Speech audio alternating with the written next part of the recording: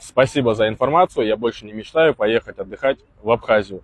И на самом деле вы правы. Сегодня для российского туриста ехать отдыхать в Абхазию значительно опасно, так как в последнее время участилось похищение людей, кражи, мошенничество и в том числе убийства, перестрелки. Это все несмотря на то, что Россия сегодня, как бы это громко ни звучало, кормит Абхазию. То есть пополняет ежегодно бюджет Абхазии на 7,5 миллиардов, выплачивает пенсии, зарплаты бюджетникам также обеспечивает в Абхазии сегодня Россия.